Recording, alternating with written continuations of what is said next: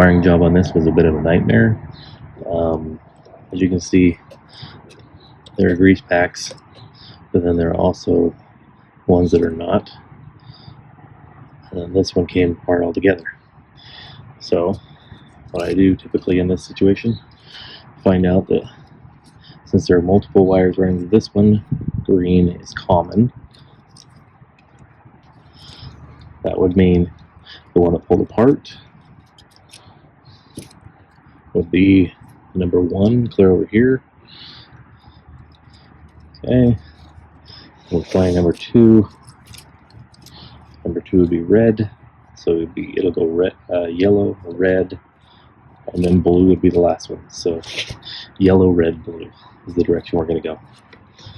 So basically, get a clean cut on all this stuff.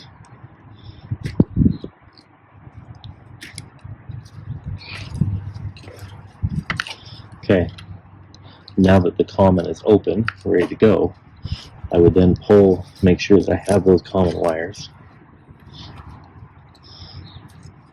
Basically, it's one from each. So one from here, one from there, one from there, one from each. Doesn't matter which color, unless you happen to be doing a DC latching controller, which you probably won't. Not many people do, and if you do, you're going to follow those instructions.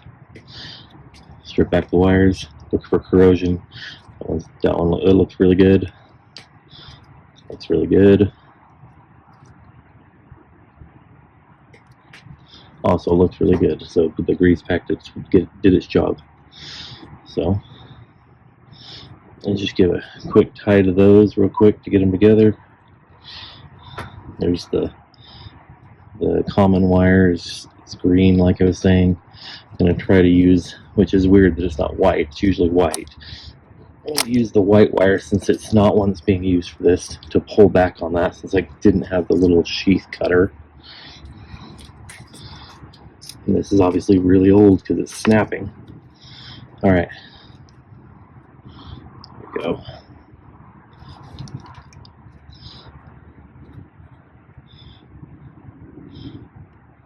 Let's see. Good, that looks good too.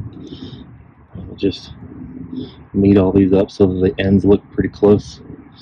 Tie them together as good as we can. Sometimes I'll take if it feels like it needs a little better twist, I'll take the bit of the wire strippers, give it a better twist, cut it slightly shorter, since most grease-filled wire nuts don't work real well with long wires. There's a medium-sized blue, what I'm using for that one.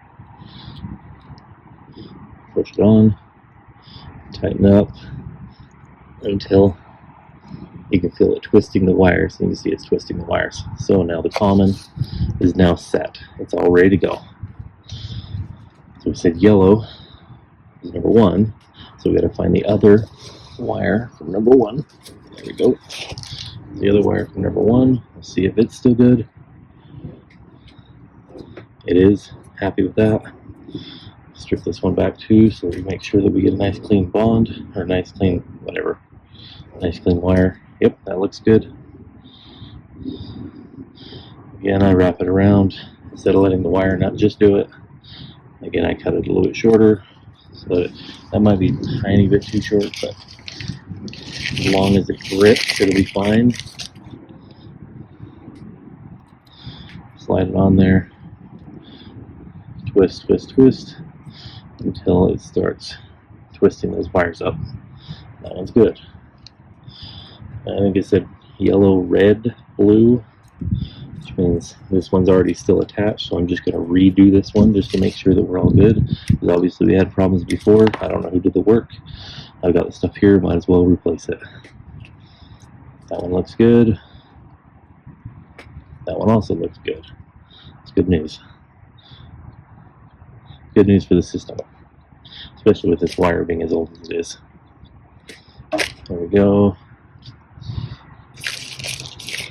And bag of wire nuts and just getting them out of there. Now, twist, twist, twist. You have to push down often to be able to get them to hook.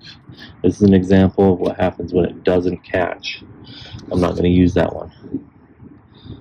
What I'm going to do, I'm going to straighten this out a little bit, tighten it up a little bit more, and then again trim off just that end, because these blue ones just don't, or these black ones just don't like to catch sometimes.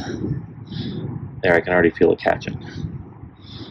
Then you twist, twist, twist until it grabs the wires. The reason you do that is because now when you pull back, you can see it doesn't come apart when you twist that much, and you know that it's gripping the wires by twisting them around like that. You know it's not going to come apart. And then finally, we're going to go with the blue one, which this is the one that I assume is not going to be in the best of shape, because see all the dirt in there. It's also had water in there. It's allowed moisture to corrode it. So it'll be the last one and the blue. Sorry for the dogs. And see, that's how it's got green on there. I'm going to go back as far as I dare without cutting myself too short and try and get a nice clean, still green, still green.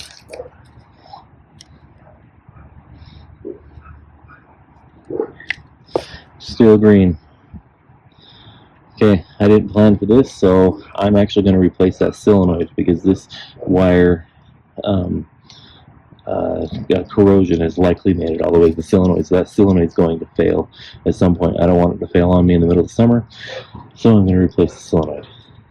We'll come back for that on a follow-up video.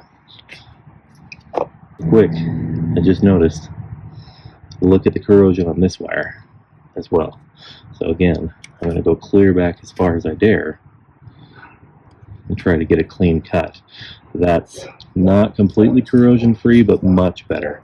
And I typically try to strip that off. It would be best if I could go back far enough to completely eliminate the corrosion. But as old as this is, that may not be possible. So I'm going to go with that because that looks pretty good. It's really, it's not perfect, but it's pretty fresh. Here I am back with a replacement solenoid for this number 3 here. Found that the wires were corroded because it had a non-grease nutted wire on there that was allowing water to get into these, and the problem is it'll follow all the way down the wire itself and then corrode even the solenoid and destroy it.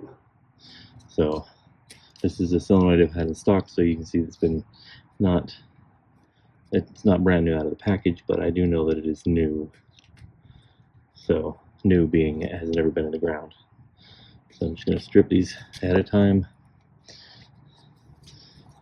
Now, unfortunately,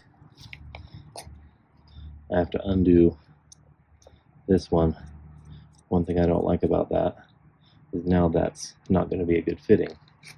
But I don't have one at the moment to be able to swap out. At some point I will swap that one out with a clean one because I hadn't planned on having to do this twice.